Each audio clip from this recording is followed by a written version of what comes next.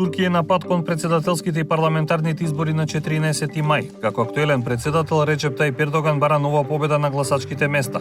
Турскиот националист Синан Оган е прогласен за четврти председателски кандидат. Еве 5 работи кои треба да ги знаете за Синан Оган.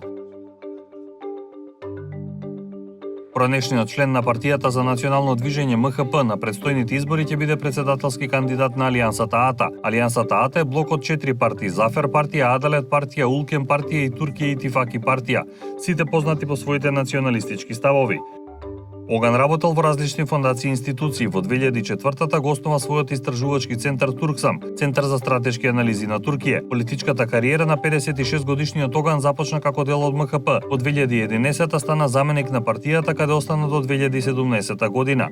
Бахчели и Ердоган не беа политички сојузници пред 2015 година. Сепак по изборите во ноември 2015 Бахчели презеде нов став и почна да ја поддржува политиката на Ердоган. Но ова не пројде најдобро кај Оган, кој потоа им се придружи на други националистички фигури во борбата против раководството на Бахчели.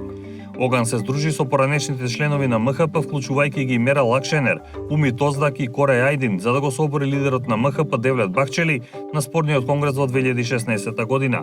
Противниците на Бахчели, вклучувајќи го и Оган, повикаа на спорен партиски конгрес во обид да ја сменат повелбата на МХП во јуни 2016 година.